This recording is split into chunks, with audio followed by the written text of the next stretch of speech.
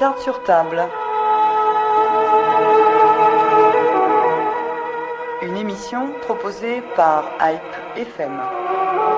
Bonjour, vous suivez bien Carte sur table sur Hype FM. Comment rendre compte de l'innommable, de l'indicible? Comment rapporter mots et images d'une guerre comme celle de l'Artsakh? Dans un univers des médias où tout va à 100 à l'heure, où une info en chasse une autre en 5 minutes, où malgré le développement des chaînes d'information en continu, on reste focalisé sur une même actualité, comment a-t-on pu rendre compte de ce qui se passait dans cette petite république du Caucase, dans cette république d'Artsakh, dans cette république d'Arménie, attaquée par la puissance de feu de la Turquie et de l'Azerbaïdjan, auxquelles s'étaient adjoints des forces de mercenaires djihadistes venus de Syrie et du Moyen-Orient. Parmi ceux qui ont rendu compte de la situation, il y a des journalistes, des grands reporters qui étaient sur place et qui en sont revenus aussi profondément marqués. Jean-Christophe Buisson, directeur adjoint de la rédaction du Figaro Magazine, que nous recevons ce matin, est incontestablement de cela. Il nous expliquera ce qui a motivé cet engagement, qui l'a conduit à se rendre en Artsakh durant le conflit, ce qu'il y a vu, ce qu'il a ressenti, et il nous fera part de ses inquiétudes et sur les ambitions de la Turquie et de l'Azerbaïdjan, perceptibles dans la rhétorique belliqueuse d'Erdogan et d'Aliyev. Parmi ceux qui ont ramené, et depuis fort longtemps et avec talent, des images de l'Arménie et de l'Artsakh, il y a aussi incontestablement notre deuxième invité de ce matin, Antoine Agoudjian. Et il nous fera part lui aussi de ce qu'il a vu et qu'il a immortalisé sur ses photos, son regard sur cette population et ces jeunes militaires assurant la défense des frontières. Messieurs, bonjour. Bonjour. Alors, première question peut-être à vous, Jean-Christophe Buisson.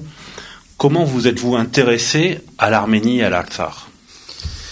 Alors, je m'y suis intéressé d'abord parce que je m'intéresse à l'Est, au sens large, depuis que je suis au Figaro Magazine, depuis 25 ans.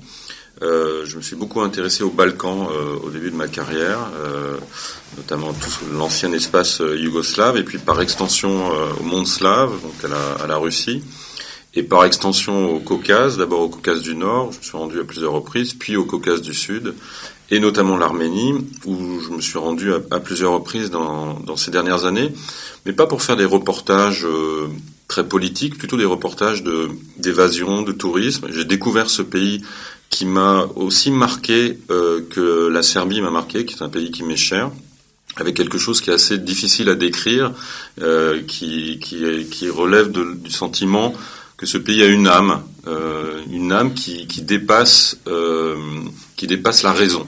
On est happé par le calme, la sérénité, l'atmosphère, la beauté évidemment, l'impression d'être un peu hors du temps. C'est ce qui m'a vraiment frappé, au point que j'ai organisé des voyages des lecteurs du Figaro en Arménie ces dernières années. J'ai emmené 25 personnes et puis on se promenait dans toute l'Arménie. Je leur faisais visiter l'Arménie, ce pays incroyable. Donc j'ai pris des contacts comme ça, je me suis fait quelques relations, quelques amitiés, et lorsque le conflit a éclaté le 27 septembre, je suivais un petit peu ce qui se passe en Arménie depuis l'été, notamment depuis on en parlera sans doute tout à l'heure, les manœuvres qui avaient été faites au Nakhitchevan, à Bakou, avec la Turquie. Et moi qui connais vraiment bien l'espace balkanique, quand j'entends parler de manœuvres militaires qui ressemblent un petit peu à des provocations, je pense à Sarajevo 1914.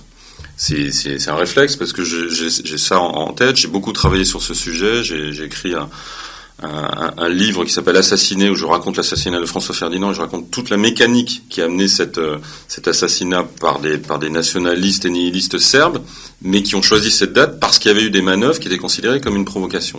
Et donc quand il y a des manœuvres militaires comme ça à proximité, qui sont évidemment dirigées contre un autre pays, qui sont elles-mêmes une provocation, j'ai les sens un petit peu en éveil.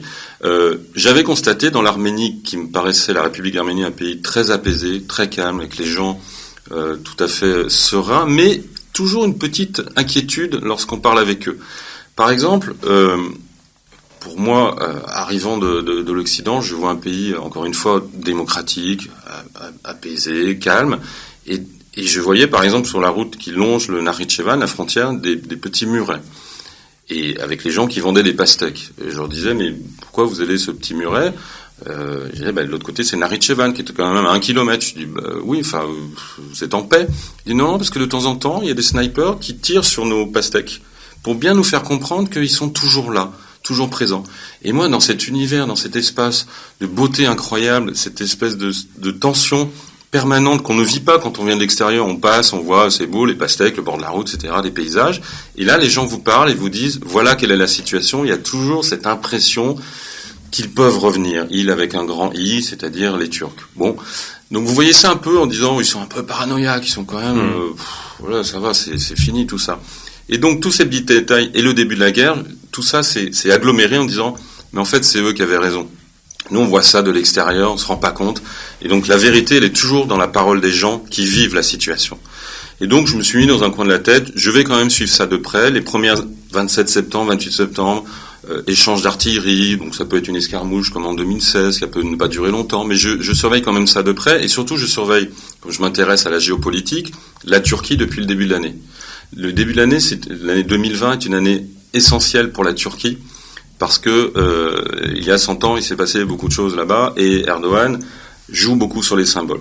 Donc il y avait un côté comme ça provocateur de Erdogan avec la Libye, avec la Syrie, avec la cathédrale Sainte-Sophie qui redevient une mosquée, et tous ces genres de petits détails. Et peut-être que ça devenait aussi un élément dans sa stratégie de conquête, d'avancer dans les territoires. Et lorsque Antoine Agouudjan est parti, on avait été en contact parce qu'il avait fait un très très beau sujet sur Simon Abkarian, qu'on n'avait pas publié dans le Figaro Magazine, mais je m'étais vraiment intéressé à son travail. Et au-delà de ce travail sur cet immense comédien, le travail qu'il a fait sur la mémoire arménienne ou kurde depuis des années, et lorsque j'ai su qu'il partait, j'ai commencé à le suivre, et les photographies qu'il a commencé à nous envoyer au Figaro Magazine mi-octobre m'ont bouleversé.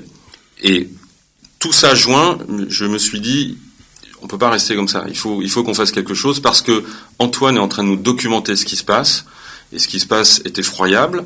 Moi-même, j'étais un peu intéressé par ce pays, je le connaissais, et je me suis redit, il faut les témoignages, il faut aller voir sur place pour savoir ce qui se passe, avec un pressentiment qu'il fallait s'engager, qu'il fallait aller au-delà du métier de journaliste qui consiste à regarder, observer, restituer ce qu'on voit en étant le plus honnête possible. Pas objectif, moi je crois pas à l'objectivité. Dans le choix des mots, dans le choix des endroits qu'on fait, on n'est pas objectif. On essaye d'être honnête.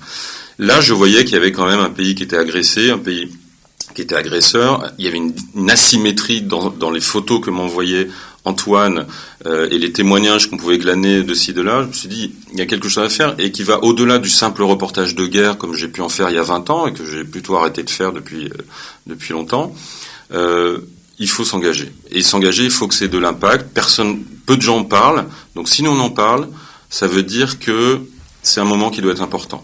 Et donc pour donner un peu plus d'importance à ce moment, j'ai proposé à Sylvain Tesson, qui est un ami depuis 20 ans, qui est devenu un écrivain avec une immense notoriété, qui est peut-être l'écrivain français le plus vendu aujourd'hui. Je l'ai appelé, je lui ai envoyé un mail un vendredi, et je lui ai dit, écoute, je pense qu'il faut qu'on aille là-bas, il faut qu'on aille voir ce qui se passe. Si je suis les photos d'Antoine, il y a quelque chose d'effroyable et on ne peut pas rester à rien faire, il faut s'engager. Il faut engager du journal. Figaro Magazine, c'est 2 millions de lecteurs chaque semaine. Il faut les informer. Et il faut aller au-delà de l'information, encore une fois, l'engagement. Je lui ai dit, est-ce que tu m'accompagnerais en Artsar pour voir ce qui se passe?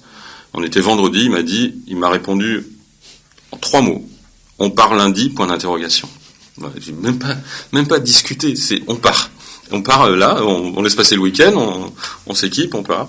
Donc on est parti, alors pas le lundi, le mardi, puisque le vol était le mardi. Et voilà, et on a passé... C'était tout début novembre, il était temps qu'on y aille, et on a passé quelques jours, et mon idée c'était que ce soit Sylvain qui fasse le grand article, parce qu'avec le poids de son nom, sa notoriété, sa réputation, son influence, je pensais que ça décuplerait l'impact qu'on voulait donner à notre témoignage, illustré par les photos d'Antoine, dont l'objectif était de le retrouver à Stepanakert, mais l'objectif n'a pas été rempli de ce point de vue-là, parce qu'entre-temps, la route, dans le corridor de la Chine, la route entre Goris et Stepanakert était non seulement bombardée à l'époque où on est parti, mais quand on est arrivé dans ce corridor, elle était prise. Elle avait été prise par les forces, notamment les bérets marrons azéris. Donc il y avait vraiment aucune sécurité, même pour les journalistes. C'était compliqué de faire le tour par le nord, ça nous faisait perdre 2 jours.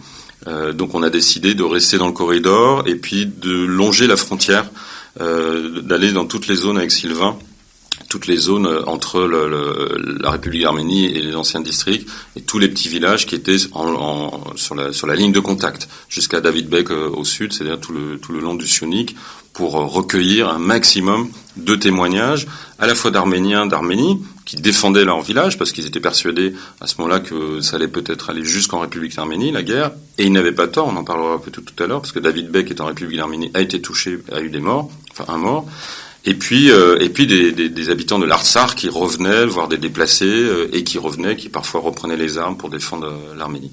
Voilà.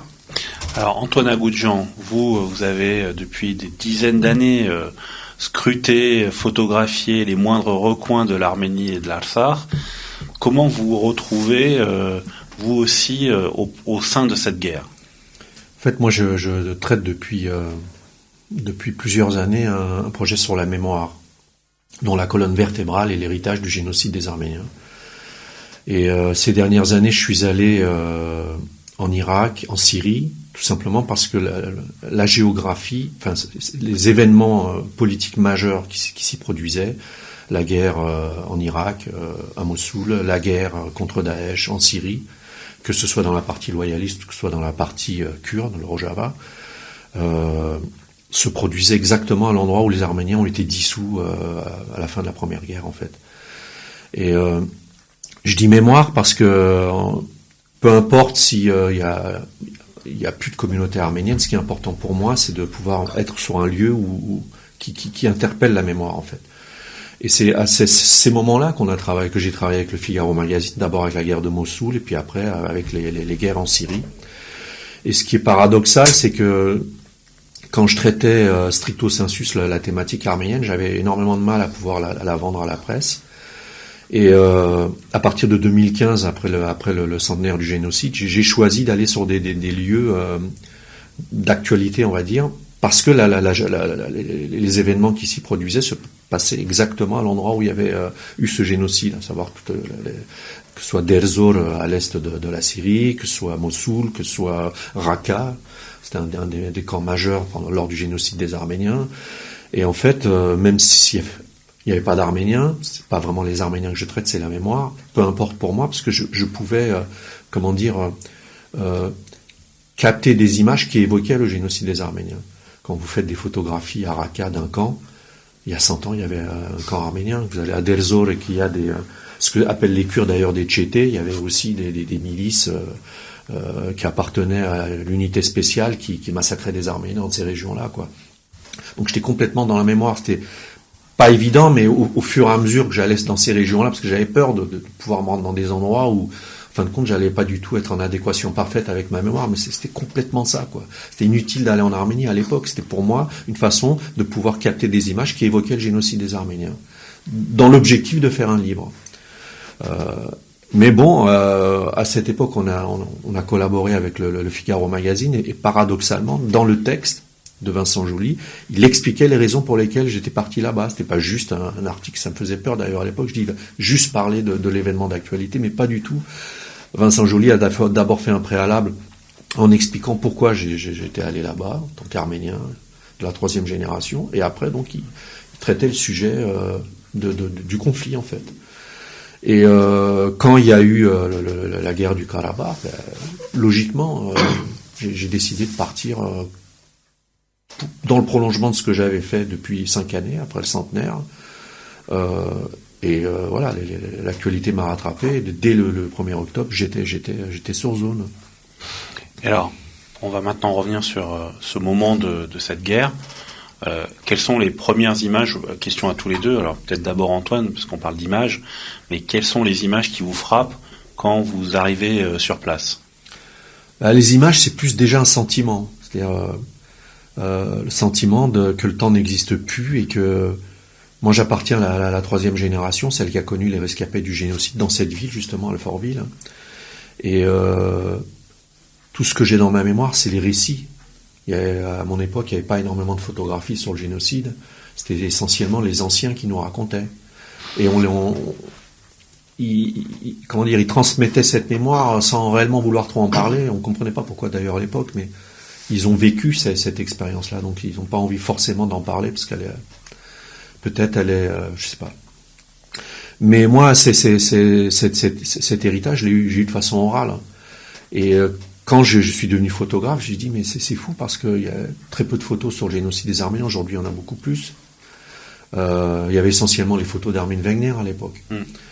J'ai dit, ce serait quand même fou de pouvoir mettre des images sur ce récit dépourvu d'images, en fait, sont juste des récits oraux, quoi.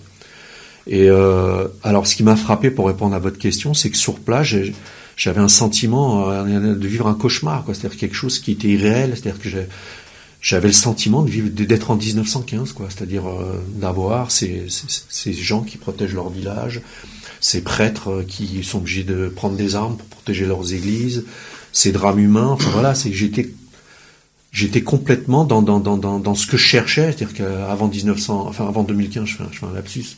J'étais en quête de fantômes, que ce soit en Turquie, que ce soit en Syrie, que ce soit... Et là, d'un coup, ces fantômes apparaissaient, quoi. Et les images après, elles sont pas secondaires, mais c'est vraiment ce sentiment-là, moi, qui m'a frappé, quoi. Le sentiment d'être en 1915. Jean-Christophe Buisson, vous qui avez aussi parcouru, vous l'avez dit, l'Arménie, l'Artsakh à plusieurs reprises depuis 2017.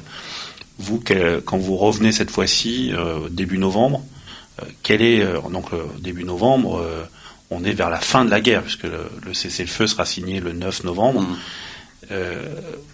Depuis Erevan, la capitale de l'Arménie, jusqu'à ce que vous arriviez à la frontière du Sunnik, quel est votre sentiment? C'est quoi qui vous frappe tout d'abord? Moi, ce qui me frappe, c'est la cohérence des témoignages. Antoine a dit le mot essentiel, c'est que pendant le génocide de 1915, c'était surtout des témoignages, des récits qui parfois étaient durs à arracher plutôt que des images. Les images, c'était Antoine qui les faisait, c'était Antoine qui était à Stepanaguer, à Artam, Martouni, sous les bombes. Donc les photos, il les faisait, les images qu'il fallait montrer aux gens pour montrer l'asymétrie, encore une fois, de ce conflit, la violence de ce conflit. Et nous, notre idée, c'était vraiment de faire raconter aux gens ce qu'ils vivaient, ce qu'ils ressentaient. Pas forcément sur le front, mais aussi à l'arrière. Donc on a commencé à ramasser des témoignages à Yerevan jusqu'aux tranchées. Et c'est cette cohérence générale. Cohérence pour dire quoi? Pour dire, aucun discours de haine. Mais aucun discours de haine de la part des Arméniens vis-à-vis de ce qui était en train d'arriver. Une espèce de fatalisme. Je veux dire, on s'y attendait. Ça rejoint ce que je disais tout à l'heure. C'était prévu. Une souffrance, parfois physique. Les premiers témoins qu'on a eus, on est allé à l'hôpital d'Erebouni voir des blessés. Pas d'eau phosphore à l'époque, c'est après que j'en ai vu blessés au phosphore, mais des blessés, notamment beaucoup d'éclats, plus que de balles d'ailleurs, beaucoup d'éclats d'obus, d'éclats de missiles, d'éclats de roquettes, etc. Et depuis Yerevan jusqu'encore une fois aux tranchées, c'était toujours un discours de souffrance, de dignité, de détermination, de volonté de se défendre, pas du tout de se défendre et avec des moyens modestes. C'est ça qui m'a frappé, c'est on a nos petits bras, on a notre cœur, on a notre courage, on a notre mémoire, on a l'idée que de toute façon on ne peut pas vivre ensemble avec les Turcs ou les Turco-Azéris parce qu'ils ne veulent pas qu'on vive tout court. C'est cette phrase moi qui m'a frappé et cette espèce de encore une fois de douceur dans les mots, dans les paroles. Et lorsqu'on est arrivé sur le front, sur les lignes de contact, dans les tranchées, et qu'on croisait des jeunes gens qui la veille étaient web développeurs à Yerevan, un député du parti qui était en train d'organiser la défense du village de Kornizor, qui parlait avec une sorte de légèreté en disant bah oui je suis là, et hier j'étais en complet veston avec une cravate, aujourd'hui j'ai un treillis, puis comme je sais un petit peu faire ça, j'organise la défense du village avec des paysans, des jeunes gens, on a évacué les femmes, les enfants, mais tout ça raconté avec une espèce de naturel, ouais, de quelque chose comme si bah oui, on se défend parce que de toute façon c'était écrit qu'il fallait se défendre et on a été formé à l'idée qu'un jour on pourrait avoir à nouveau à se défendre les armes à la main. Mais quelles armes? De quelles armes parle-t-on? On était à un moment donné dans un village, il y avait une section de soldats qui attendaient là, la tranchée était à 1 kilomètre, la tranchée de combat, et eux ils avaient réquisitionné 2-3 fermes avec l'accord évidemment des paysans, et à un moment donné on s'avance un peu et quelqu'un me tend une paire de jumelles pour me dire, regardez, les Azéris sont sur la colline d'en face, à 2 kilomètres, donc c'est pour ils envoyaient des obus de 130 parce que c'est la distance pour ce genre d'obus. Et donc je prends les jumelles, puis des jumelles un peu vieillottes, c'est là, mais d'où viennent ces jumelles? C'est pas des jumelles militaires? Il me dit, ben non, c'est la paysanne de la ferme d'à côté qui nous les prête, c'est les jumelles avec lesquelles elle surveille ses chèvres, ses troupeaux. Et en face, vous avez des drones, vous avez des drones de surveillance, des drones d'attaque. Antoine en parlera beaucoup mieux que moi parce que Stepanakert, je crois que c'était ça qui était le plus terrifiant. Et c'est ça qui est important aussi de bien comprendre, c'est que dans cette guerre, il y avait aussi la volonté de faire partir les Arméniens d'Artsakh. Pas forcément en bombardant en permanence. Il y a eu finalement très peu de civils qui ont été tués, même si moi je considère que des jeunes gens qui sont web développeurs le lundi et qui prennent un treillis et une arme le mardi, c'est pas des militaires pour moi, c'est des civils à qui on a donné une arme. Donc c'est pour moi, quand ils sont victimes, c'est quand même des victimes semi-civiles, si je puis dire. Et la terreur, c'est quoi? C'est Stepanakert, c'était ces drones qui survolaient la ville avec un bruit épouvantable et qui faisaient peur aux civils. Et les gens se disaient, on peut pas vivre comme ça, on peut pas vivre en étant bombardé en permanence, même si ça tombe pas sur notre maison.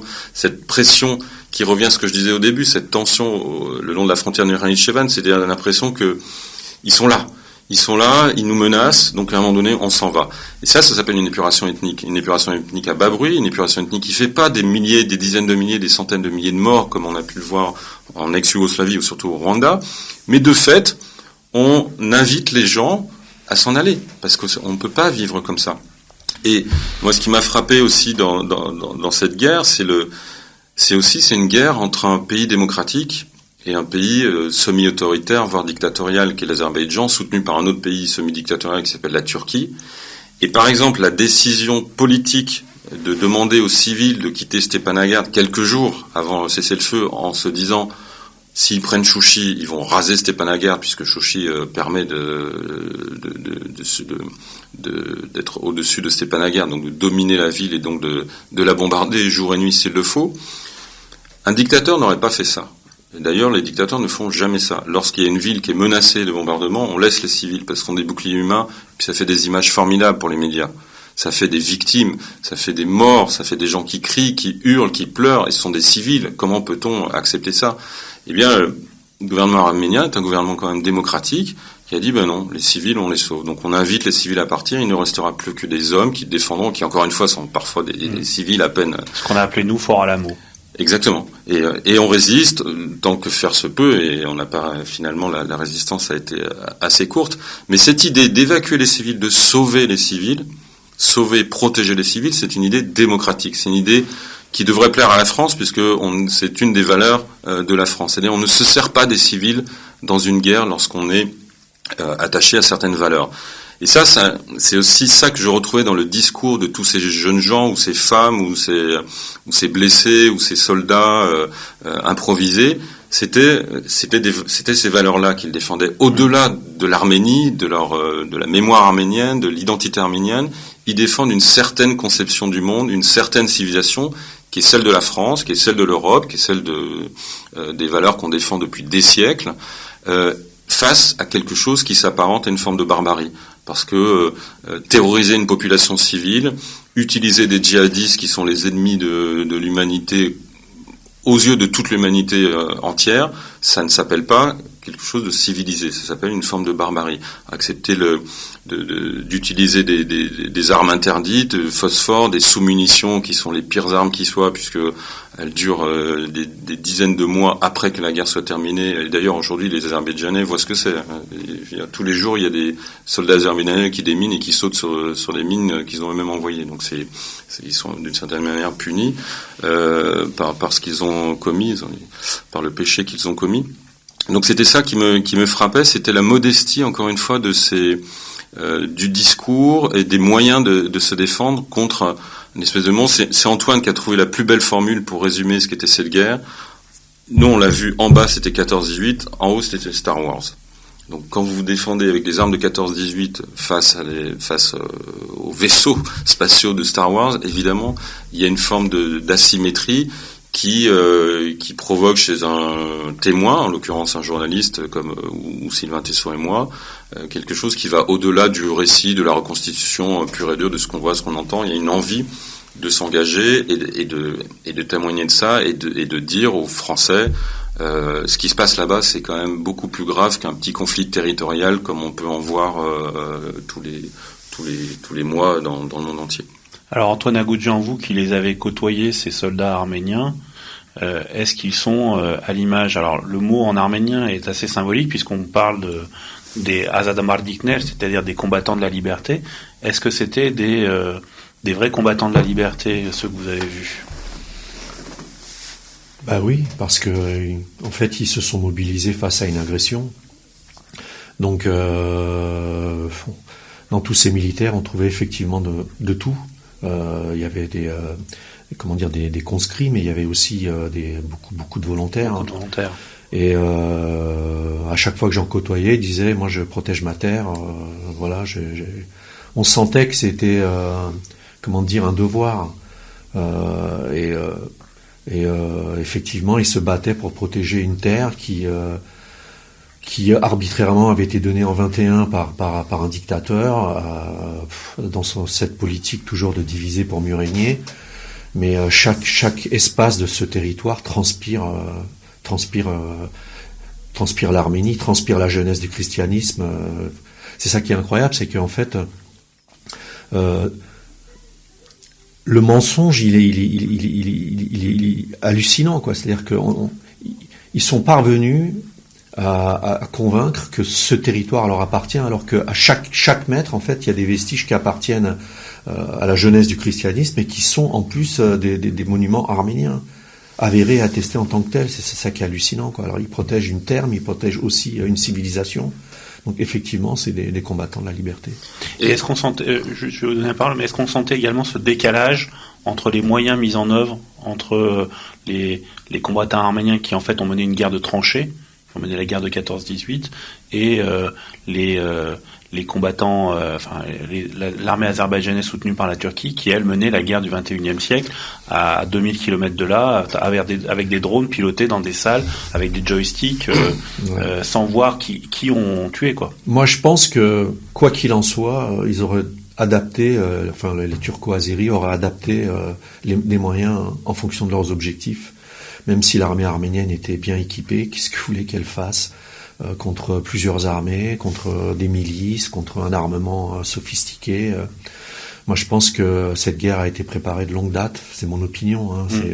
Je pense que cette révolution de velours a dérangé énormément d'intérêts, y compris ceux des Russes, et que peut-être la jeunesse du conflit a émergé lors de cette révolution de velours, parce qu'en fait, un président girondin, je pense que c'est quelque chose qui peut pas être accepté par le pouvoir ex-soviétique, et que quelque part ça a arrangé tout le monde, c'est ce conflit-là, et que les Arméniens effectivement ils combattaient avec un armement vétuste, ancien du moins, dans des tranchées qui ressemblaient effectivement aux tranchées de 14-18, mais tout a été fait pour que de toute façon sur la longueur les Arméniens ne puissent pas gagner cette guerre. Les effectifs militaires, je crois c'était une armée de combien, 20 000, 30 000 les Arméniens, c'était 4 fois plus les Turco-Azéris, sans compter la chair à canon des djihadistes. Donc je pense que tout a été fait pour que les Arméniens perdent cette guerre dans le précaré russe, et quelque part qui se permettrait d'aller dans le précaré russe sans l'autorisation des Russes? Donc la guerre était perdue d'avance pour moi. Je voulais juste revenir sur l'expression combattant de la liberté, parce que c'est vraiment autre chose qui m'a frappé, c'est que les Arméniens se définissaient comme des combattants de la liberté, alors que une des choses qu'ils défendaient, c'était leur mémoire, et leur mémoire spirituelle, et leur mémoire chrétienne, parce que quand on est arménien, on est chrétien, et en face, les gens se définissaient comme des martyrs de la foi. Alors que je pense que les martyrs de la foi qu'on avait en face de la foi musulmane, islamique, sont plus des esprits totalitaires, fascistes, avec une religion qui est que des vrais gens religieux croyants. Mais les Arméniens qui défendaient leur foi, ils ne se définissent pas comme des défenseurs de la foi, ils se définissent effectivement comme des combattants de la liberté. Parce que, au-delà de leur foi, la foi les a amenés à défendre des valeurs, encore une fois, qui ne sont pas des valeurs étroites, mais les valeurs qu'on peut trouver dans le message du christianisme, qui sont des valeurs d'universalité. Alors qu'en face, on se définit comme des martyrs de la foi, mais en fait, cette foi, elle est complètement dévoyée. C'est pas la foi d'un certain islam qu'on peut connaître, beaucoup plus apaisé, sinon des Lumières, ça j'y crois pas trop, mais l'islam n'est pas forcément quelque chose de radical, d'impérialiste et qui veut la destruction des autres. Donc c'est, encore une fois, dans ce discours que j'entendais chez les Arméniens, qui étaient pourtant les victimes, qui avaient toute légitimité à être beaucoup plus virulents dans les propos, il n'y avait jamais cette virulence. Il y avait l'idée qu'on combat pour des valeurs qui sont pas forcément des valeurs guerrières. Et vous, quand vous arrivez donc début novembre, puisqu'on parle de mots, est-ce que vous constatez également le décalage entre les mots qui étaient portés, notamment au niveau en Arménie sur voilà, nous allons gagner, il y avait une certaine confiance, etc., et la situation que vous voyez sur le terrain? Ça sera également pour Antoine. Moi, le 5 novembre, je suis à Chouchi, parce qu'il y a un missile qui est tombé près de la mosquée, qui a été restaurée par les Arméniens. Et en fait, on rencontre le maire de Chouchi, qui est en treillis, en habit militaire, et qui nous garantit que la situation, elle est contrôlée, et avec vraiment un sourire, une béatitude. En fait, ils nous mettaient en danger aussi, parce que nous, tant qu'on entendait ce discours-là, on allait faire nos photos, on allait faire notre travail, alors que le 4, le 5, le 6, déjà, on entendait des bruits d'armes automatiques, donc c'est des combats rapprochés quand on entend des bruits d'armes automatiques. Effectivement, il y avait ce discours, cette intoxication qui consistait à dire, on maîtrise la situation, et en fait, on commençait à sentir, à cette époque-là, à arriver jusqu'au 9, situation, chaotique, mais dans Stepanakert, au-delà du discours des politiques qui disaient on va gagner, vous inquiétez pas, la population intuitivement elle sentait que ça sentait le roussi jusqu'au 9. Ouais, alors on l'a senti aussi du côté de cette frontière de la ligne de contact. D'abord, comme je vous l'ai dit tout à l'heure, lorsqu'on nous a interdit de prendre cette route, c'était bien la preuve que les Azeris avaient beaucoup avancé. S'ils tenaient la route de Goris à Stepanakert, c'est que c'était quand même, ils étaient en train d'encercler effectivement cette zone. Ensuite, entre le premier jour où on est arrivé et le dernier jour, ce qui nous a beaucoup frappé, c'est la multiplication des contrôles de l'armée au retour, dans le sens du retour. Pourquoi ? Parce qu'ils avaient peur des déserteurs. Si vous avez des déserteurs, ça veut dire que si vous avez plus de déserteurs à ce moment-là, alors que dans le discours qu'on entendait, les gens étaient très déterminés, on va gagner, etc. Mais la réalité, c'était qu'il y avait beaucoup de contrôles, non pas pour aller sur le front et pour en revenir, peur des déserteurs. Donc s'il y a beaucoup de déserteurs, c'est-à-dire que la situation n'est pas très bonne.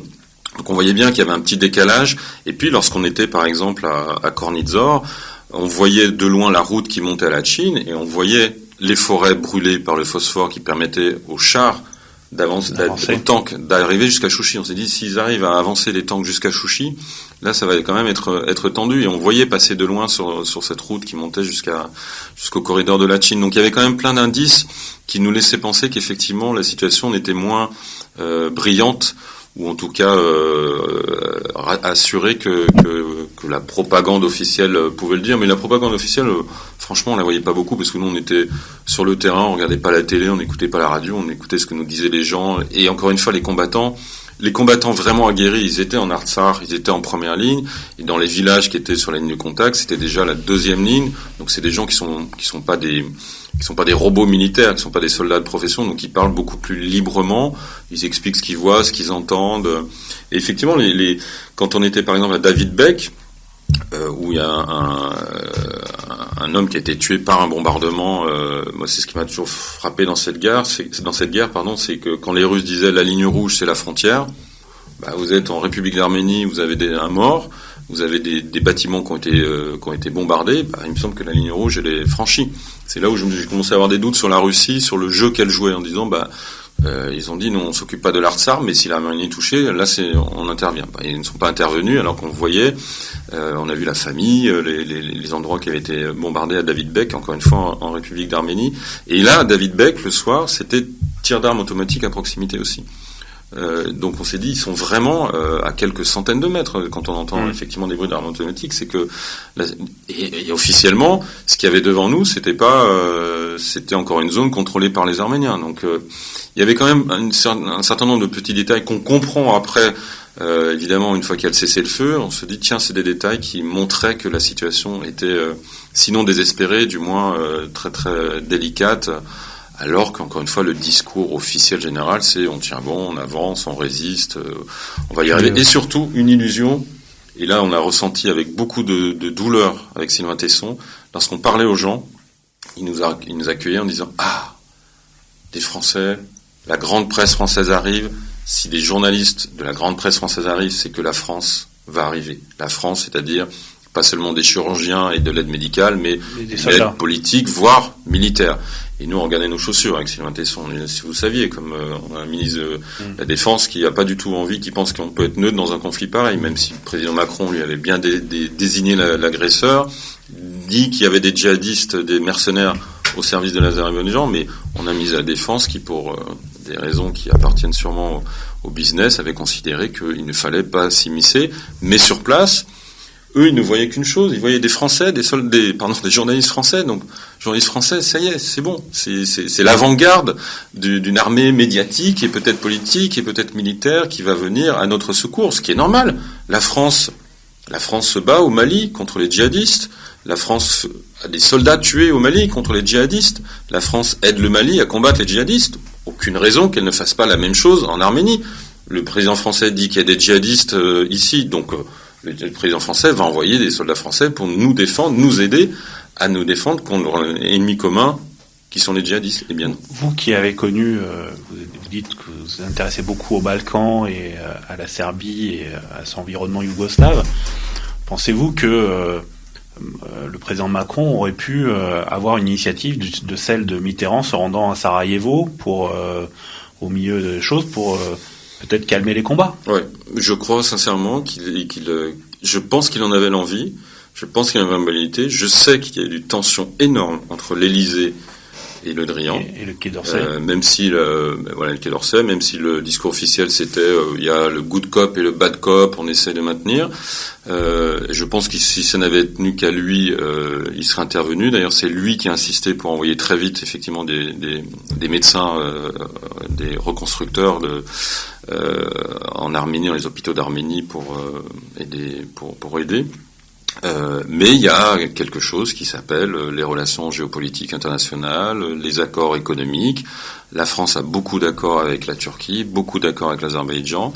La Turquie, maintenant on le sait, c'est eux qui ont mené la guerre avec leurs 3 généraux qui ont remplacé le chef d'état-major azerbaïdjanais qui a disparu opportunément fin septembre, qu'on a, je crois, toujours pas retrouvé. Il doit être quelque part à Moscou, à mon avis, et qui lui ne voulait pas de la suggestion totale de l'Azerbaïdjan à l'état-major turc. Bon, il a perdu. Ce sont les Turcs qui ont dirigé cette guerre. Sont les Turcs, et les relations entre la France et la Turquie depuis quelques mois sont très tendues, notamment entre Macron et Erdogan. Elles étaient dans une phase plutôt d'apaisement en septembre-octobre, et je pense que la pression, le chantage que fait subir la Turquie vis-à-vis de l'Europe, vis-à-vis de l'Union européenne, et notamment de l'Allemagne et de la France, avec ces migrants qui sont sur son territoire, que Erdogan menace en permanence de laisser venir en Europe si on ne lui paye pas une certaine somme et si on n'est pas gentil avec lui.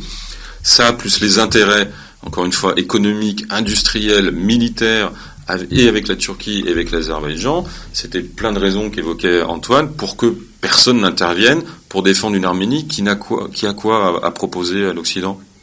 Une âme, une mémoire, une identité, le fait d'être le premier État chrétien du monde, mais il n'y a pas de pétrole, il n'y a pas de gaz, il n'y a pas d'argent, il y a 1 million des 3 millions d'habitants qui vivent quasiment sous le seuil de pauvreté, il y a quelques mines qui sont d'ailleurs convoitées dans le sunnite par l'Azerbaïdjan.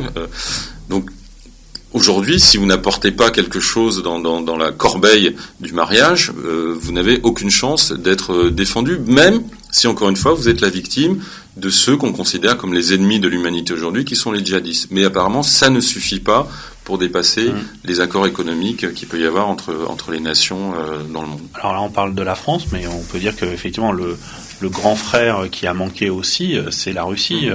Comment vous voyez on peut dire quand même, alors la Russie est à la fois très vite intervenue dès la signature du cessez-le-feu. On a vu qu'ils auraient pu avoir les moyens d'envoyer très rapidement une armée pour séparer les belligérants, mais ils ont attendu. Ils ont attendu, ça Antoine en parlera mieux que moi, je crois que l'armement de défense des Arméniens d'Artsakh était pour la plupart un armement russe, mais qui lui-même s'est montré pas du tout à la hauteur des combats. Pourquoi ? Parce que c'était de l'artillerie contre des avions et qu'il y avait des drones en face. Et on descend pas des drones comme on descend des avions. Il faut une autre capacité de défense qui a été apportée, je crois, mais trop tard par les Russes. Donc on peut toujours se demander si le trop tard est volontaire ou dû à la difficulté effectivement d'arriver, puisque la Géorgie bloque le nord, donc il faut passer quand même par la mer Caspienne, l'Iran pour apporter des choses, donc c'est effectivement un petit peu plus compliqué. Mais je crois que la Russie a joué un peu comme un chat avec une souris avec l'Arménie, c'est-à-dire que il est évident d'abord ne pas oublier que parmi les amis proches de Poutine et les oligarques, beaucoup ont des intérêts en Azerbaïdjan. Donc ça n'a pas forcément aidé à ce que Poutine intervienne immédiatement pour des raisons entre guillemets humanitaires. Qu'ensuite, effectivement, il avait quelques raisons de ne pas être très satisfait de Pachinian, du Premier ministre arménien, qui lui avait un petit peu tourné le dos depuis 2018, qui s'était d'ailleurs ouvert plutôt vers l'Occident, et ça, Poutine, il n'aime pas du tout. Une autre raison, c'est que depuis quelques mois, il y a de facto un arrangement entre Poutine et Erdogan. Antoine a pu le constater dans le nord de la Syrie. Dans le nord de la Syrie, oui.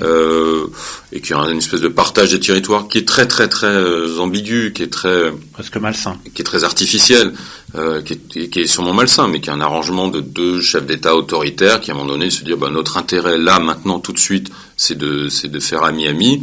Ce qui n'empêche pas que, effectivement, par exemple, dans le nord de la Syrie, vous avez aujourd'hui face à face l'armée russe et l'armée turque. Donc, à un moment donné, il y aura peut-être un conflit.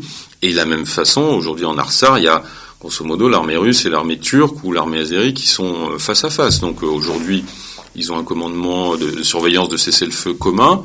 Par parenthèse, moi, je trouve ça ahurissant que l'OTAN accepte qu'un de ces pays, la Turquie, partage des informations militaires avec la Russie, même si c'est pour surveiller un cessez-le-feu.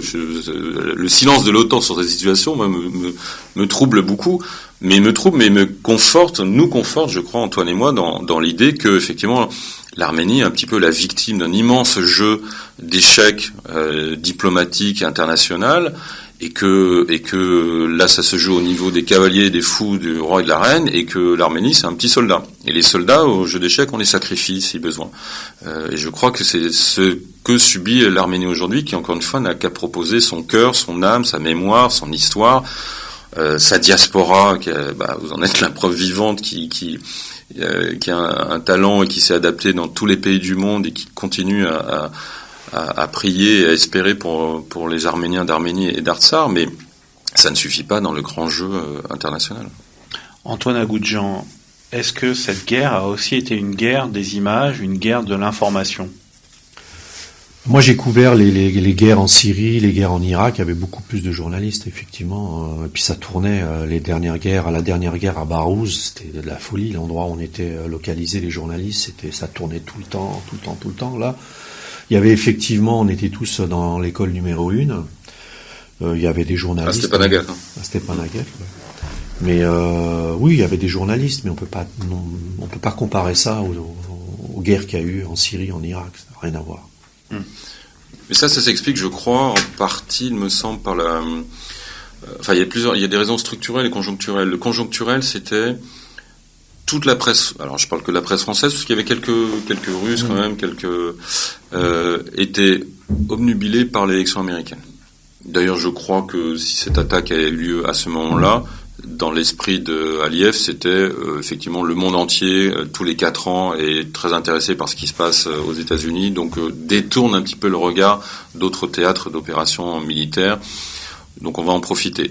Mais effectivement, un nombre de journalistes étaient mobilisés soit là-bas, soit ici en France, sur l'élection américaine, c'était quelque chose d'assez important. Et dans beaucoup de journaux, on faisait comprendre à ceux qui avaient des sujets qui paraissaient moins importants qu'ils passeraient leur tour. Que l'important, c'était l'élection américaine qui s'annonçait particulièrement folklorique, baroque et agitée. Et ils ne sont pas trompés. Et là même, on pensait que ça serait fini vers le 7 novembre, le mardi, puis le 9 novembre en l'occurrence, et ça a continué. Donc raison de plus pour ne pas parler de l'Arménie. L'autre élément, c'est évidemment l'épidémie, qui quand même sidérait un certain nombre de personnes et empêchait un certain nombre de personnes de bouger.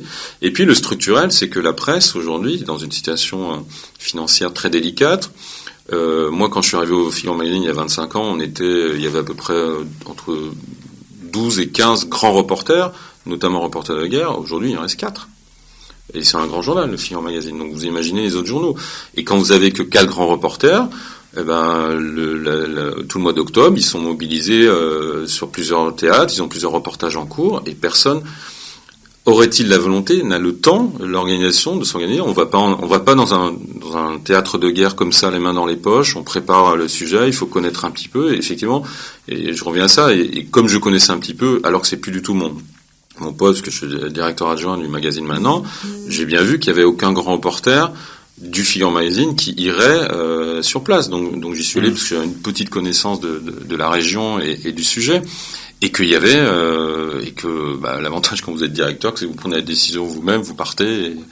Mais les autres confrères, de la même façon, ils vivent la même chose, c'est-à-dire qu'ils n'ont plus, dans les rédactions, assez de gens pour s'intéresser de façon professionnelle et vraiment compétente à tous les sujets comme autrefois. Donc, quand vous avez la moitié de la rédaction qui est mobilisée sur les États-Unis, l'autre moitié quasiment sur l'épidémie, ou faire des reportages, y compris dans les pays étrangers, comment ça se passe en Espagne, en Italie, ça évolue, etc., il vous reste plus personne pour faire des vrais conflits. Hier c'était l'Artsar, aujourd'hui c'est le Tigré, où en plus c'est très compliqué d'y aller, mais moi ça m'intéresse beaucoup de voir le Tigré. De toute façon, par exemple, la Birmanie actuellement c'est absolument pas couvert. C'est très peu couvert, absolument. Alors qu'il y a plein de conflits, mais encore une fois, ça c'est vraiment une question de moyens. Et puis il y a un quatrième élément, mais que je ne mesure pas moi parce que je n'ai pas eu à le subir, qui est les pressions.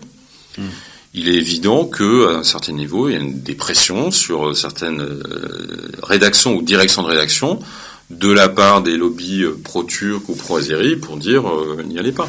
J'ai le sentiment que ça existe. Je n'ai aucune preuve concrète. J'ai vu quelques grands reporters que dans certaines télés qui sont allés au début du conflit et qui ont été invités à ne pas y retourner, sans savoir si c'était parce que on leur disait que de toute façon le sujet ne passerait pas parce qu'il y avait des choses beaucoup plus intéressantes, ou parce que il y avait des consignes leur disant non, on verra plus tard, c'est pas important, n'y allez pas parce qu'il y a des intérêts économiques, industriels et ça a toujours existé, pas que sur l'Arménie. Là. Ce qu'on a constaté, c'est qu'effectivement, on peut pas dire qu'il n'y a pas eu de reportage. Attention, Non. Il y a eu chaque chaîne a couvert, a envoyé des reporters, que ce soit France 2, TF1, les chaînes d'information, tous les magazines ont envoyé des reporters sur place, mais on a l'impression qu'ils ne sont pas restés en continu. C'est-à-dire qu'il y avait une guerre et on y va pour 3-4 jours et on rentre. C'était un peu ce cheminement-là, parce que peut-être justement il en a besoin d'eux pour aller ailleurs, quoi. Et je pense. Et puis encore une fois, c'est une question moi quand je suis reparti, je crois que c'était Sarah Daniel qui arrivait de l'Obs et qui a fait un sujet après, mais qui a fait un sujet sur Chouchi après, une fois le conflit terminé. Et je pense que c'était dû au fait que Sarah Daniel, c'est une grande reporter qui a pas mal bourlingué, que peut-être Antoine a déjà croisé, mais elle passe d'une guerre à l'autre. Et donc, si elle fait son travail sérieusement, elle se documente avant de partir. Encore une fois, on part pas sur un conflit sans connaître un tout petit peu l'histoire, les protagonistes. Donc, on travaille un petit peu avant de partir. Même la géographie, surtout dans un pays comme l'Arménie ou l'Artsar, où on est quand même à 1500-2000 mètres d'altitude, avec des routes compliquées, des cartes qui sont pas forcément à jour, et des zones dangereuses parce qu'il y a des mines, parce que donc ça se prépare vraiment des reportages de guerre, et je pense que ces reporters-là, ils étaient sur d'autres théâtres et ils sont arrivés. Nous-mêmes, on est arrivés tardivement quand même. Le Figaro Magazine, Antoine était depuis le début, mais enfin, on a mis quand même un mois avant de pouvoir se mettre vraiment en branle, pour plein de raisons techniques et banales, mais qui sont matérielles et qui expliquent peut-être le relatif silence.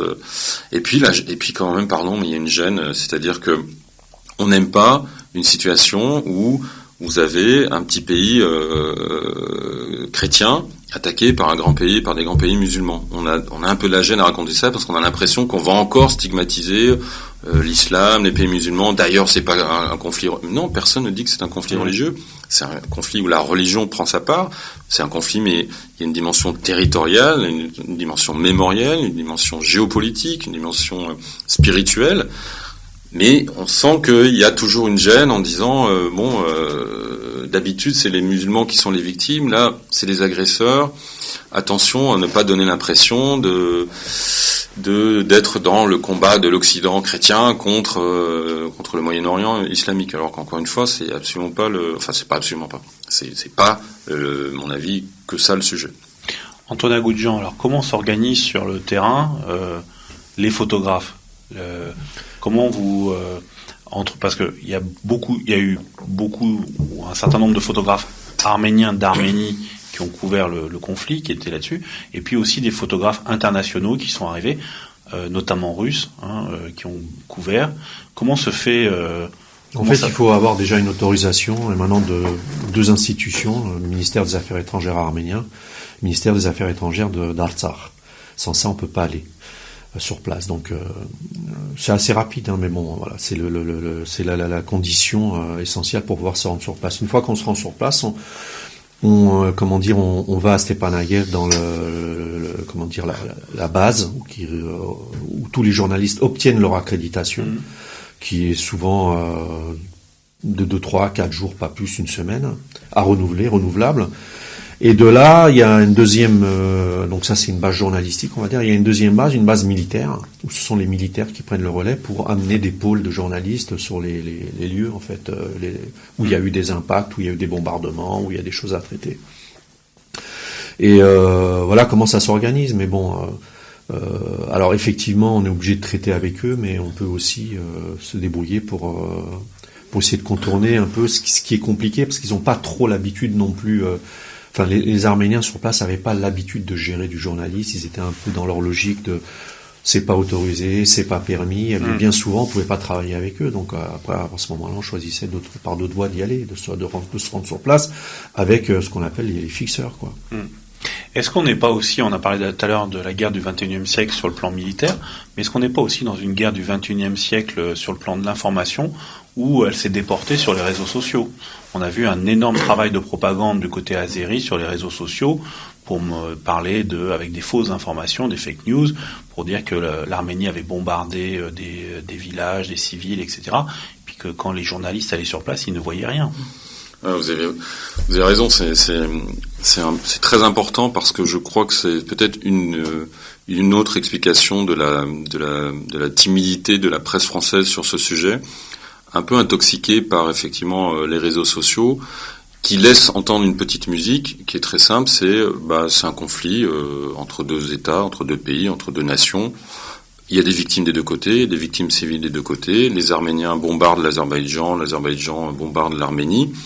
Et donc on oublie complètement que c'est l'Azerbaïdjan qui attaque, que les civils azéris qui ont été touchés, ça a duré 3 jours à Ganja, où il y avait d'ailleurs une base militaire, donc c'était aussi un objectif militaire, c'était pas, l'Arménie n'a pas bombardé des civils pour le plaisir de bombarder des civils, elle a bombardé Ganja parce qu'il y avait une base militaire.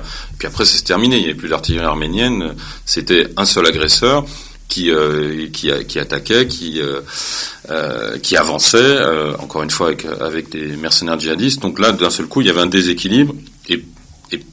Et ce qui intéresse les journalistes, à un moment donné, c'est d'aller du côté des victimes. C'est pas aller du côté on n'est pas là pour faire des reportages pour dire 5 minutes pour les uns, 5 minutes pour les autres. Quand il y a un tel déséquilibre et quand il y a une telle asymétrie, normalement, on passe pas son temps à essayer de dire oui, mais ils sont victimes, mais ils sont aussi bourreaux. Il y a un bourreau et des victimes, donc on va pas du côté des à quoi bon.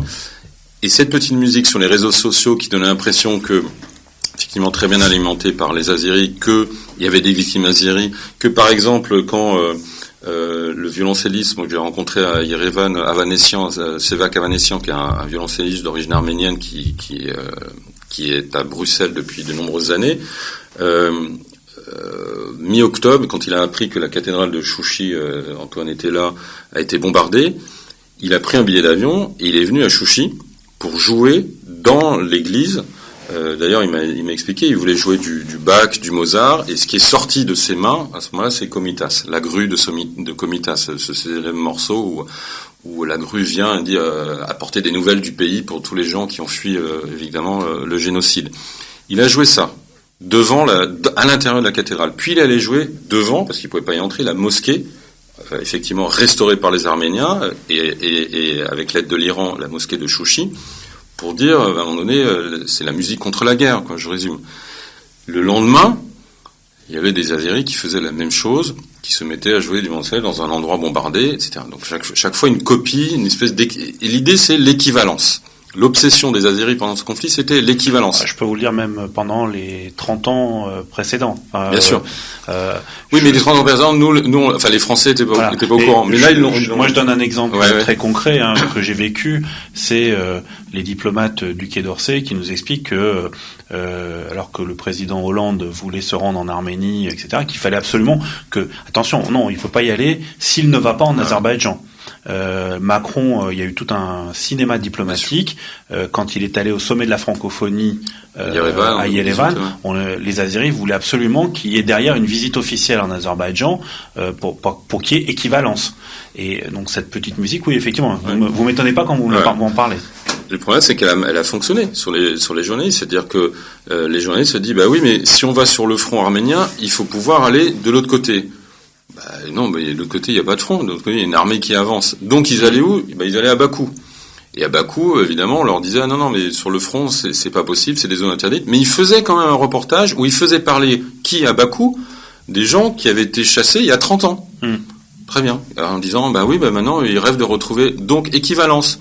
Aujourd'hui, vous avez des morts, vous avez des dizaines de milliers d'Arméniens déplacés, chassés, expulsés de leur terre d'Artsar. Donc vous les faites parler, mais vous faites aussi parler des gens qui ont été expulsés il y a 30 ans. Mais on fait du journalisme, on fait pas de l'histoire. On raconte ce qui se passe en ce moment. Ce qui se passe en ce moment, c'est en Artsakh où vous avez des Arméniens qui sont victimes d'un conflit. Que des Azéris étaient victimes d'un conflit il y a 30 ans, ou il y a 50 ans, ou il y a 100 ans, c'est très bien, c'est une chose. Mais si on fait du journalisme, on s'occupe pas de, en permanence, remettre en perspective historique. Sinon, on remonte aussi au XIIe siècle, au IIIe siècle. C'est ça qui m'a... Et c'est, encore une fois, je reviens à votre question, c'est les réseaux sociaux qui ont lancé cette petite musique, faute d'informations autres. Mais par ailleurs, le côté positif, par exemple, en ce qui me concerne, je me suis servi vraiment du réseau Twitter pour raconter ce que je voyais au moment où je le voyais, sachant que dans un hebdomadaire, évidemment, le reportage, il paraît 10 jours après le moment où on l'a vécu. Donc tout ce que je voyais, sauf dans les tranchées, parce que il était préférable d'éteindre son portable quand on allait dans les tranchées, parce qu'il y avait des drones qui repéraient votre position et que c'était mettre en danger à la fois soi-même, mais surtout les soldats qui défendaient l'endroit, donc on l'éteignait. Mais dès que je pouvais, j'envoyais des informations sur ce que je vivais, les témoignages que j'entendais pour informer les Français de ce qui se passait sur le front, presque en direct. Et j'ai découvert, aujourd'hui, je dois être à 6 ou 7 ou 8 millions de vues de mes tweets. C'est un truc juste sur l'Arménie. C'est quelque chose qui est pour moi totalement nouveau, que j'ai improvisé à ce moment-là. Et je me suis rendu compte que non seulement je donnais l'information, mais aussi ça permettait peut-être aux Arméniens de se dire...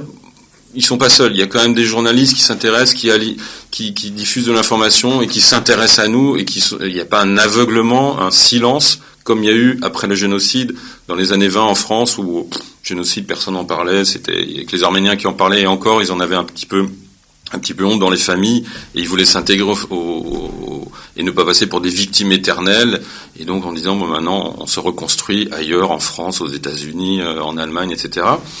Et là je sentais que je soulageais, alors c'est peut-être très prétentieux de dire ça, mais j'avais le sentiment par les retours que j'avais, que je soulageais d'une certaine manière une partie des Arméniens qui souffraient de ce silence et qui se disaient, mais à chaque fois, s'il y a que les Arméniens qui parlent des Arméniens, on va encore croire que c'est quelque chose de communautaire, que ça n'intéresse que les Arméniens, que c'est encore les Arméniens qui se plaignent, etc. Et là, il y a un Français qui n'a absolument aucune origine arménienne et qui relaie ce qui se passe et qui le dit en toute honnêteté parce qu'il dit voilà et qui ne peut pas être soupçonné je suis pas payé par l'Arménie par qui que ce soit, je fais mon travail de journaliste, je décris ce que je vois et je le transmets tous les jours et depuis début novembre, j'essaye, je crois qu'à 1 ou 2 jours près, tous les jours je fais des tweets sur la situation, parce que maintenant j'ai suffisamment de contacts, de connexions pour, en vérifiant évidemment ce que j'ai, ou en relayant des témoignages, pour dire attention, c'est pas fini, on est à 95 jours après le cessez-le-feu, mais la situation est loin d'être réglée. Il y a des incidents, il y a des événements tous les jours qui se passent, des déclarations, et donc il faut garder le feu sous la casserole d'une certaine manière, c'est-à-dire entretenir l'idée que rien n'est réglé, le cessez-le-feu n'a pas donné de statut particulier à Artsakh, il y a cette histoire de corridor qui rejoint l'Azerbaïdjan, Nakhichevan, qui est très inquiétant à mon avis, et très symbolique à la fois de la volonté d'expansion de la Turquie dans tout cet espace, et puis des accords économiques entre les uns et les autres. Donc il y a tout ça qu'il faut entretenir, et puis des êtres humains qui souffrent. Il y a encore des dizaines de milliers d'Arméniens d'Artsakh qui ne sont pas rentrés dans leur maison, qui ne sont pas rentrés dans leur pays, qui ne sont pas rentrés sur leur terre. Il y a des gens qui sont blessés. Il y a cette menace qui continue. L'Azerbaïdjan est toujours là, menaçante. Donc voilà, c'était aussi ça. Et donc les réseaux sociaux peuvent aussi avoir cet avantage-là de donner effectivement une information que j'aurais pu donner que trop tard si j'étais pas sur ces réseaux. Antoine Agoudjian, vous qui êtes resté presque jusque à la fin de décembre sur place, qu'est-ce que vous avez vu après la capitulation là-dessus? Quel était comment vous avez perçu ce moment post-guerre chez les Arméniens, chez les Artsakhi? En fait, après la signature, on était dans un espace lunaire, c'est-à-dire que c'était complètement déserté Stepanakert. Et on savait pas si les gens allaient revenir, quoi. C'était vraiment, il y a eu toute une parenthèse où le temps s'est arrêté. C'était désert et on savait pas si les gens allaient revenir. On pensait qu'ils allaient pas revenir. Et puis en laps de 48 heures, il a commencé à avoir des lumières dans Stepanakert, alors qu'il n'y en avait pas pendant les 3 mois. Et on a commencé à avoir de la jeunesse, les commerces ont commencé à rouvrir, une forme de résilience peut-être singulière chez les Arméniens qui consiste, alors qu'ils étaient devenus enclavés, à revenir chez eux, à réparer, à changer les fenêtres, à ramasser, à vivre tout simplement. C'est un truc qui m'a sidéré parce que j'avais vraiment le sentiment que les gens n'allaient pas revenir. Et ils sont revenus.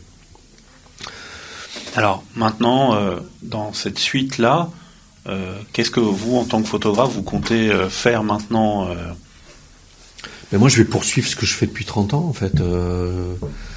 Au début, c'était une idée. Après, c'est devenu un fil conducteur dans ma vie. Et puis après, à force de devoir parler de ce que je fais, et en parlant les mal, je me suis énormément documenté sur l'histoire, sur la situation. Moi, quand il y a eu l'offensive turque en 2019 au nord de la Syrie, j'ai tout de suite compris, voyant comment le FDS kurde avait été abandonné par ses alliés, que je dis mais s'il rentre, alors que le FDS vient de combattre au sol Daesh et a vaincu Daesh au sol, d'être lâchement abandonné comme ça par ses alliés, je dis mais les Turcs ils rentreront en Arménie ou en Artsakh, ça m'étonnerait pas. Il y a eu le discours d'Erdogan qui a expliqué clairement qu'ils allaient poursuivre l'œuvre inaboutie de ses ancêtres. J'ai dit il va y avoir une guerre bientôt en Artsakh, quoi. C'est pas par intuition en fait, par l'intuition de personnes de terrain. Moi je vais juste poursuivre parce que c'est le travail d'une vie, quoi. J'entends des voix, donc je les écoute et je les suis. Donc je suis pas forcément, j'ai pas une formation de journaliste, c'est plutôt une formation, c'est plutôt une introspection mon travail. Forcément aujourd'hui je peux en parler par rapport aux événements qui se passent dans le monde, mais disons que je suis vraiment une démarche introspective, quoi. Et forcément j'ai besoin d'y retourner, j'ai besoin de faire des photos, faire un archivage, quoi. Dans le prolongement d'Armin Wegner en fait. Alors Jean-Christophe Buisson, on va maintenant passer sur la situation post-guerre et en matière d'information. D'abord, est-ce que dans la suite de ce que vous venez d'aborder à la fin, est-ce que vous pensez que c'est fini ? Non, c'est absolument pas fini. J'en prends pour preuve, après le conflit, on a refait 2 autres sujets dans le Futur Magazine avec Antoine toujours. Le premier, c'était l'aide humanitaire avec notamment la Fondation Aznavour, Yuri Djorkaeff, Christine Aznavour, etc. On a accompagné leur visite, et le secrétaire d'État Jean-Baptiste Lemoyne. Et puis un troisième sujet qu'on a fait en janvier et c'est là où je veux en venir, les trésors arméniens qui sont menacés. Oui. Les trésors architecturaux, au point que un certain nombre de personnes sont revenues avec des khatchkars qu'ils ont ramenés en Arménie pour les protéger, mais la situation, on n'arrive pas à la documenter aujourd'hui. Il y a l'Institut national du patrimoine en France aussi qui se préoccupe de cette situation. Que vont devenir les églises, les monastères, les cimetières, les tombes, tous ces éléments qui montrent la présence de chrétiens arméniens et des Arméniens tout court, d'ailleurs même avant la chrétienté. À Tigranakar, par exemple, il y a des fouilles qui montrent que les Arméniens sont présents plusieurs siècles avant Jésus-Christ.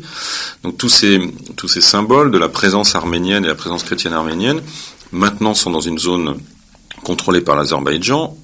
L'UNESCO à 2 reprises a demandé à venir constater, documenter, alors a refusé la venue. Ce n'est pas anecdotique. Il y a une menace. On sait très bien ce qui s'est passé au Nakhichevan avec les cimetières de Khachkar qui ont été totalement détruits, Julfa, dans les années 2000. On peut légitimement s'en inquiéter. Donc c'est ce qu'on a essayé de faire dans Futur Magazine. C'est quelque chose que moi je veux continuer à faire parce que c'est symbolique.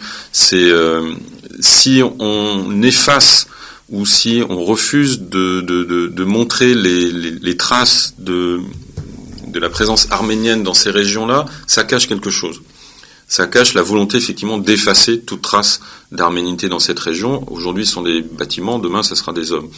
Donc ça n'est pas fini de ce point de vue-là. Tant que ce symbole-là ne sera pas mis au jour, je pense qu'il faudra s'inquiéter. D'un point de vue purement de terrain militaire, on voit bien qu'aujourd'hui, les frontières n'étant pas tracées de manière très claire entre la République d'Arménie et les districts repassés sous le contrôle de l'Azerbaïdjan, on a vu avec Antoine, c'est des zones, on est encore une fois à 1500-2000 mètres d'altitude, dans des collines, des vallons, avec des tout petits villages de quelques maisons occupés par des bergers, par des paysans, par des agriculteurs qui ont des troupeaux qui se promènent au-delà des frontières. Les troupeaux, vous expliquez pas à vos moutons, à vos chefs que là il faut pas y aller parce que c'est l'Azerbaïdjan, ils vont chercher. Donc il y aura des incidents de frontières.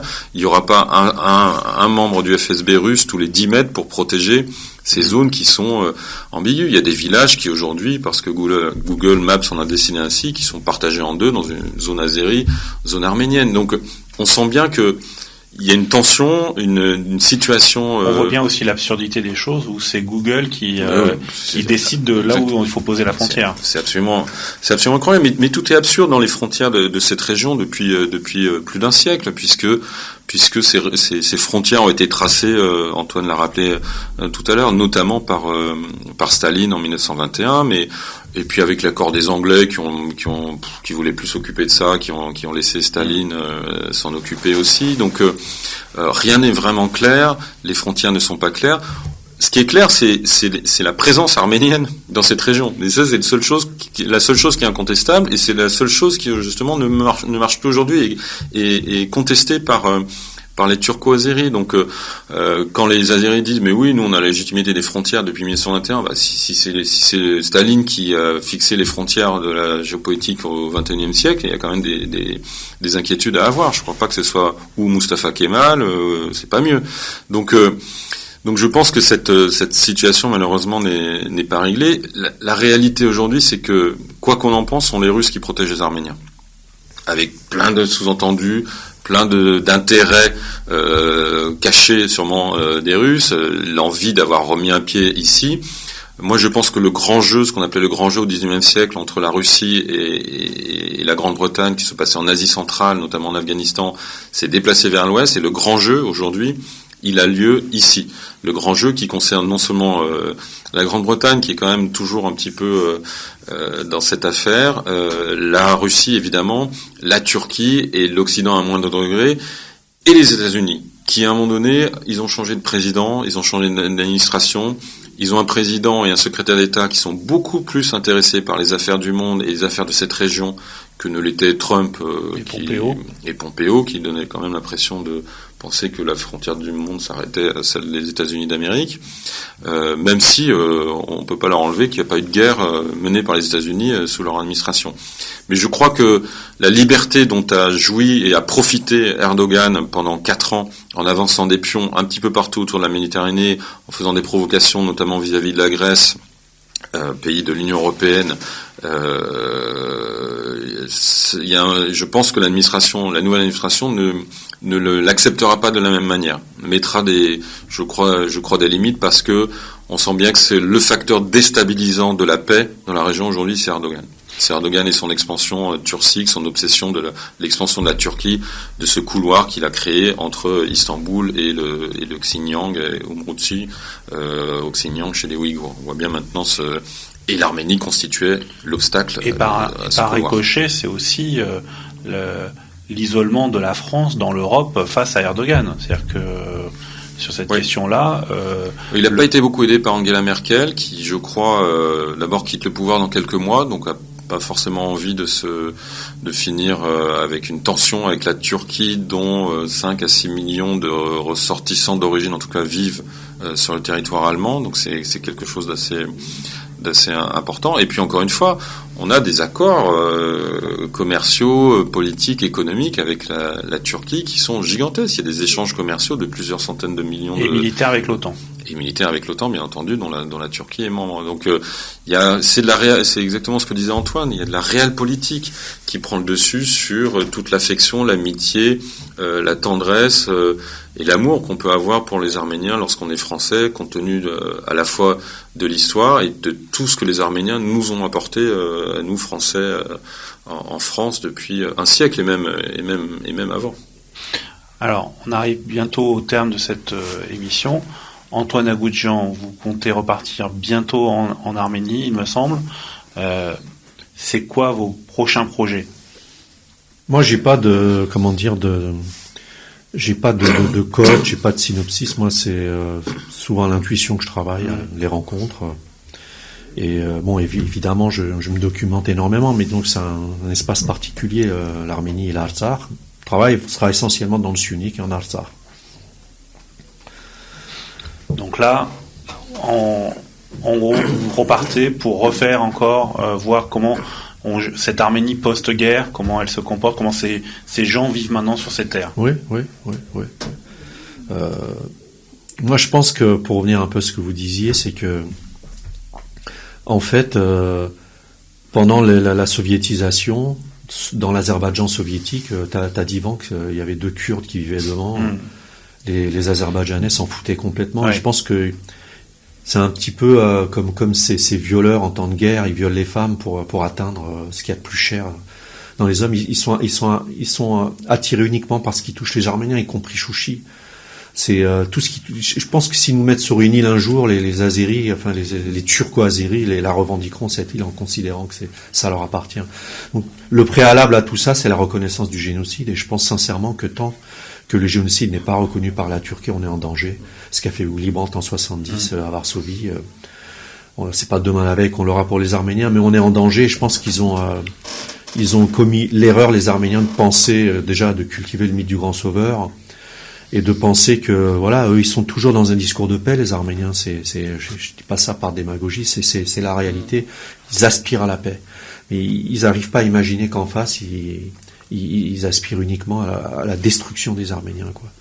C'est Sakharov qui a dit pour les Azerbaïdjanais c'est une question d'orgueil, pour les Arméniens c'est une question de survie. Jean-Christophe Buisson, pour le Figaro Magazine, quelle est la suite de tout ça maintenant ? Écoutez, moi à titre personnel je suis vraiment ça de près et notamment le travail d'Antoine pour s'il y a d'autres sujets, d'autres reportages à faire. Moi j'ai un projet plus personnel avec des enfants arméniens d'Artsakh et d'Arménie à qui leurs professeurs ont demandé de dessiner ce qu'ils ressentaient pendant le conflit. Et comme vous le savez, contrairement aux enfants français qui à 10 ans font des gros pâtés, les enfants arméniens, le dessin est quelque chose de très important, de très bien enseigné en Arménie, beaucoup mieux qu'en France. L'alphabet arménien aide à savoir dessiner assez jeune, évidemment, un petit peu plus complexe que celui français. Et les dessins qu'on a reçus sont exceptionnels. Racontent, mais dit avec une poésie, une souffrance à la fois, une sidération, une générosité, un espoir. Ils racontent tout ça. Donc j'ai un projet avec un grand éditeur français de publier un livre qui sera entrecoupé de nombreux témoignages, y compris d'Antoine, bien entendu, de personnalités d'origine arménienne ou arménienne, sur l'enfance, sur leur propre enfance, ou ce que ces dessins d'enfants leur inspirent. Parce qu'encore une fois, dans cette histoire, les Arméniens de la 2e, 3e, 4e génération ont toujours eu le récit de ce qui s'était passé pendant le génocide, mais n'ont pas vécu. Mais ils l'ont dans leur chair, dans leur peau. Les enfants d'Artsar, ils étaient trop petits pour qu'ils prennent conscience de ces récits, qu'on leur raconte, etc. Mais en revanche, ils ont vécu la guerre. Et donc, il y a une espèce de télescopage entre ce qu'ils allaient apprendre des souffrances du peuple arménien il y a un siècle et de la situation où ils ont vu leurs écoles détruites, ils ont vu leurs parents, leurs cousins, leurs grands frères, leurs oncles partir sur le front et parfois ne pas en revenir, ou en revenir avec une jambe en moins ou avec du phosphore sur la peau. Eux-mêmes ont été déplacés, n'ont pas retrouvé forcément le chemin de l'école. Ce sont eux auxquels il faut prioritairement penser, c'est-à-dire que l'avenir qu'ils pensaient construire dans un climat qui est le climat de tous les enfants du monde, eh ben, il est détruit. Il est détruit, donc encore une fois, leur donner des signes de la part de la France, lointaine, certes, le bon Dieu est trop haut et la France est trop loin, comme disaient les Polonais lorsque les Russes les embêtaient. Je pense que les Arméniens peuvent dire la même chose, la France est très loin et le bon Dieu est trop haut.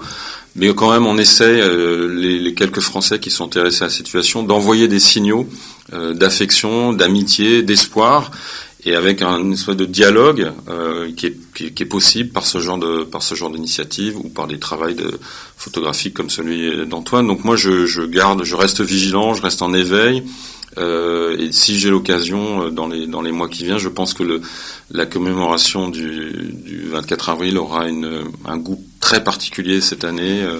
Donc ce sera peut-être l'occasion aussi de faire quelque chose d'assez important pour rappeler que, hélas, ce qui s'est passé effectivement en 1915 n'est peut-être pas totalement terminé. Écoutez, rien à rajouter. Merci encore Jean-Christophe Buisson, merci encore Antoine Agoudjan pour ce témoignage, et pour nos auditeurs, à la semaine prochaine.